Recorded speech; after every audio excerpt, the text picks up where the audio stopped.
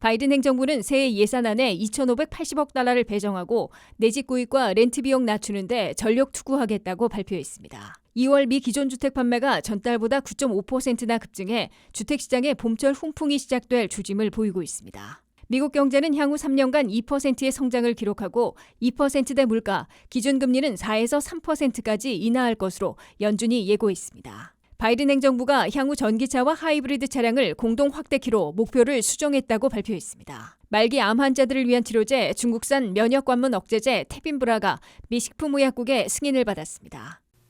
여러분 안녕하십니까? 워싱턴 뉴스 투데이입니다. 바이든 행정부가 미국민 다수가 고통받고 있는 렌트비와 내집 마련 비용 낮추기에 총력전에 돌입했습니다. 바이든 행정부는 내년 예산에 2,580억 달러를 배정해 첫집 구입 시의 $10,000 세제 혜택은 물론 부모 도움 없이 첫집을 마련할 경우 25,000달러까지 다운 페이먼트를 지원하고 렌트비 바가지를 강력 단속키로 하며 공공 렌트와 매매주택들을 대폭 확충키로 했습니다. 김미영 기자가 보도합니다.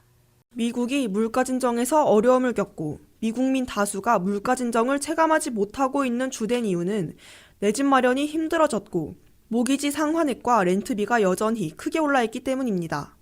내 집 마련에 나서는 첫집 구입 희망자들은 고금리 여파로 2년간 모기지 이자율이 2배나 급등하고 매물 부족으로 집값은 계속 오르는 악순환으로 전체에서 고작 6.6%만 본인들의 소득으로 집을 살 수 있는 상황을 겪고 있습니다.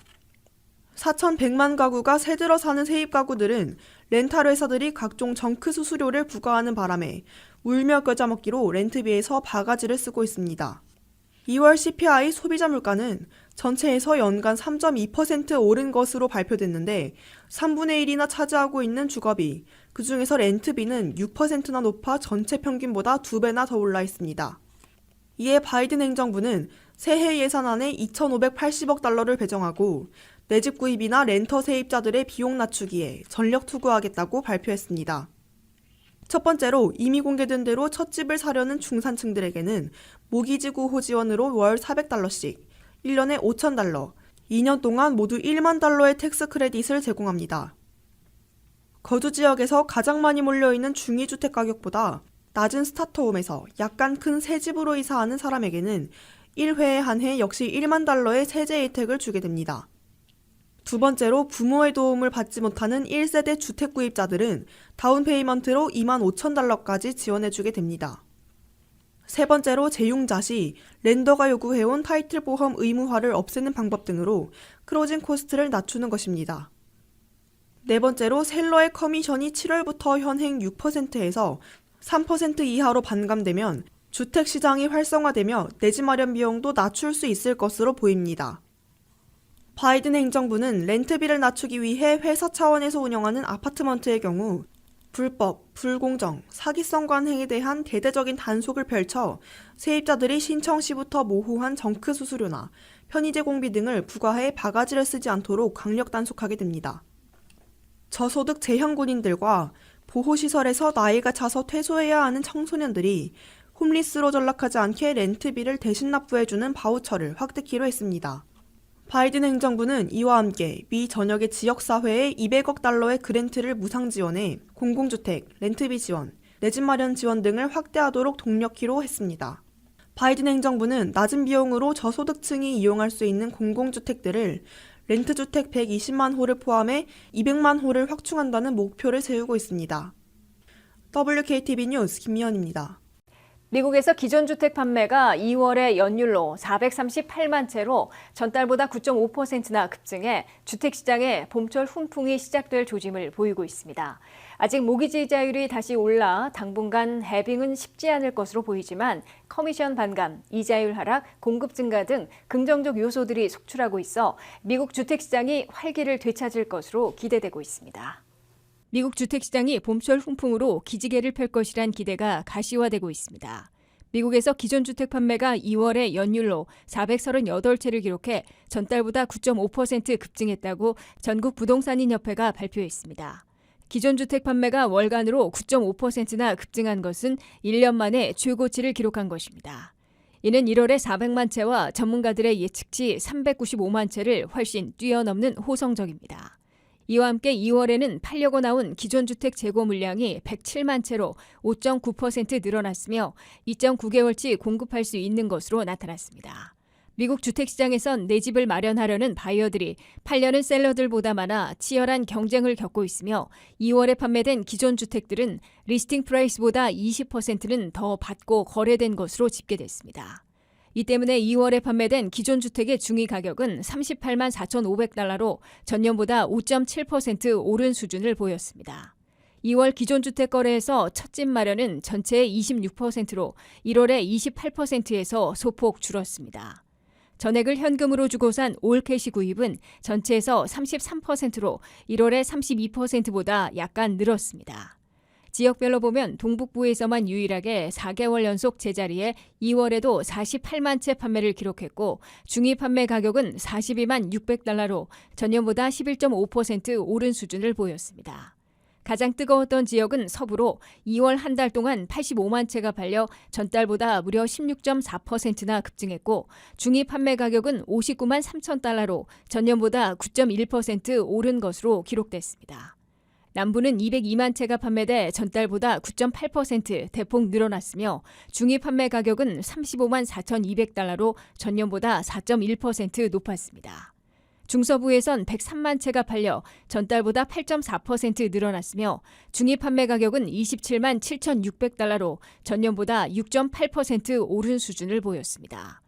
미국의 주택시장에선 내 집을 마련하려고 찾는 수요가 꾸준히 늘고 있고 팔려고 내놓은 기존 주택 공급도 서서히 증가하고 있으나 아직 수요에 비해 공급이 딸리고 있습니다. 이 때문에 집값은 계속 오르고 있는데 2월처럼 공급이 더 늘어나면 주택 거래가 활성화되는 반면 판매 가격의 상승폭은 다소 둔화될 것으로 예상되고 있습니다. 미국 경제는 올해부터 2026년까지 앞으로 3년 동안 연평균 2%의 건전 성장을 기록하는 동시에 2%대 물가로 낮추고 기준금리는 해마다 3번씩 내려 4%에서 3%까지 인하할 것으로 연준이 예고했습니다. 이는 3개월 전보다 1%대 성장에서 2%로 높아진 것이며 물가 전망은 비슷한 반면 기준금리 인하 횟수는 한 번 줄어든 것입니다. 한면택 기자가 보도합니다.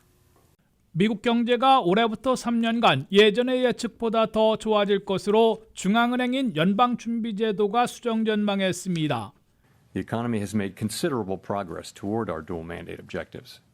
Inflation has eased substantially, while the labor market has remained strong. And that is very good news. 연방준비제도가 3월 FOMC 회의를 마치고 발표한 향후 경기 전망치에서 12월 예측보다 더 개선될 것이라는 낙관적인 전망으로 상향 조정했습니다.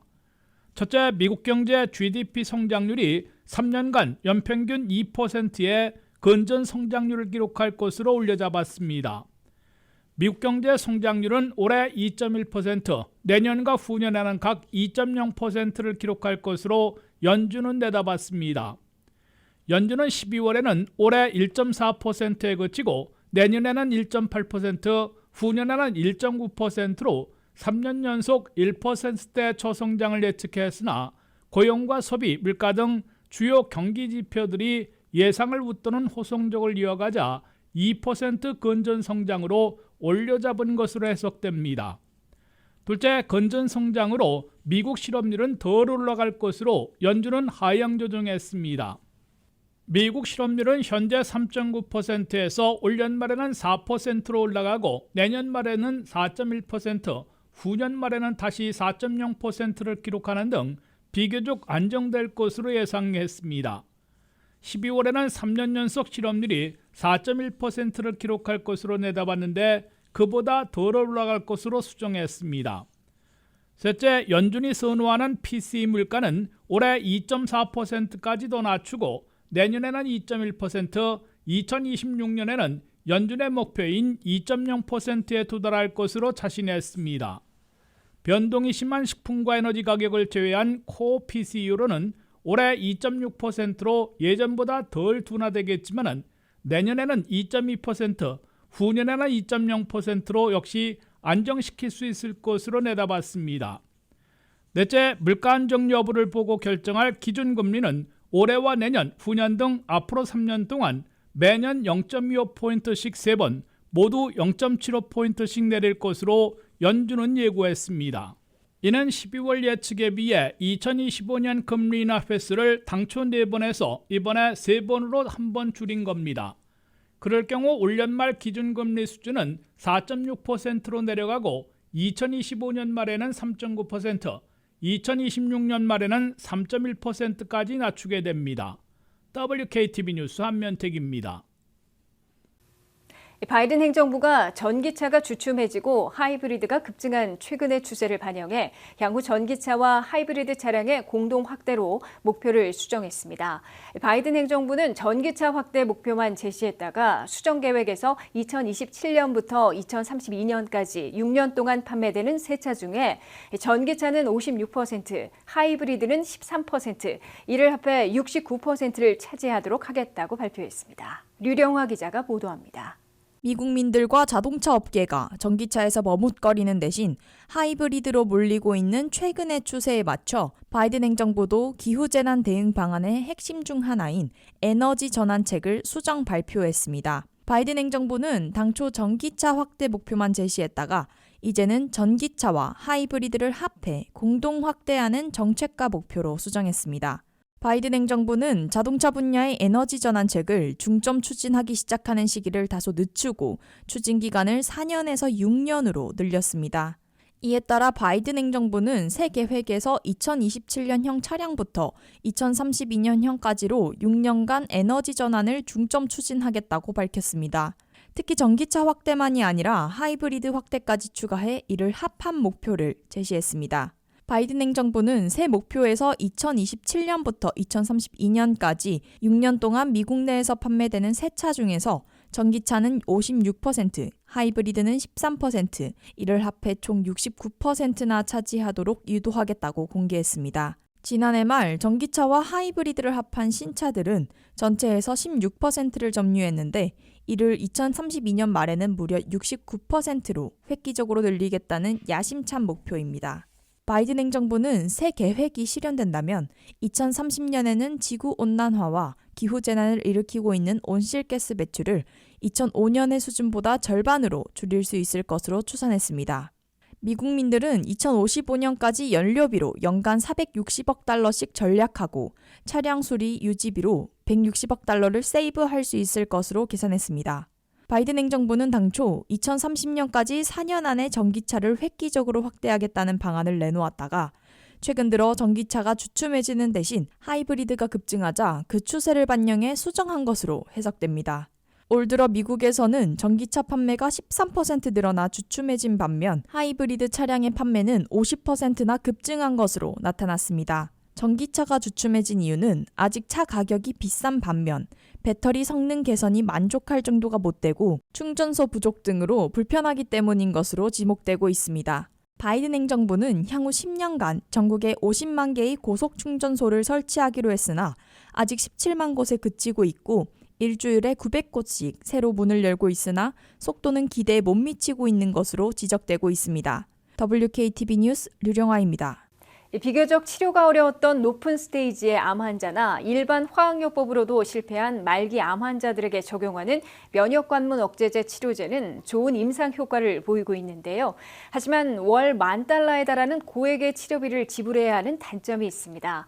그럼에도 그 효과 때문에 제약사들이 시장에 뛰어들고 있는데 이번에 중국산 면역관문 억제제 테빈브라가 FDA 승인을 받아 미국 시장에 진출하게 됩니다. 자세한 내용 안혜린 기자입니다. 중국산 PD-1 면역 관문 억제제 테빈브라가 드디어 미국 시장에 입성합니다. 중국 베이징 제약은 미국 FDA가 지난 14일 자사의 테빈브라를 진행성 식도 평평세포암 치료제로 품목 허가했다고 공식 확인했습니다. 테빈브라는 중국에서 2019년 12월, 유럽연합에서는 23년 9월, 한국에서는 23년 11월에 모두 품목 허가를 받았습니다. 이전 백금 기반 화학요법 치료를 지속할 수 없거나 투여 이후에 재발된 또는 진행된 절제 불가능, 재발성, 국소 진행성 또는 전이성 식도 평평세포암 성인 환자에서의 단독 요법으로 사용할 수 있다는 허가사항입니다. 전 같으면 포기했을 비교적 높은 스테이지의 암 환자들, 말기암 환자들이 포함되어 있습니다. 식도암은 전 세계적으로 암 관련 사망의 6번째로 흔한 원인이며 전이성 식도 편평세포암은 식도암의 90%를 차지하는 가장 흔한 유형입니다. 한국인은 식도암의 비율이 적어 비교적 희귀한 암축에 속하지만 예후가 좋지 않은 위험한 암입니다. 주로 고연령층인 50대와 70대에 호발하며 남자가 여자보다 3배 정도 더 많이 걸립니다. 이번 테빈브라의 미국 FDA 승인 허가는 당초 허가 예정일보다 20개월이나 늦어진 겁니다. FDA는 2022년 7월부터 이 신약에 대한 승인 여부를 결정할 예정이었으나 코비드로 인한 중국 내에서의 사전 실사가 어려워지면서 미뤄졌습니다.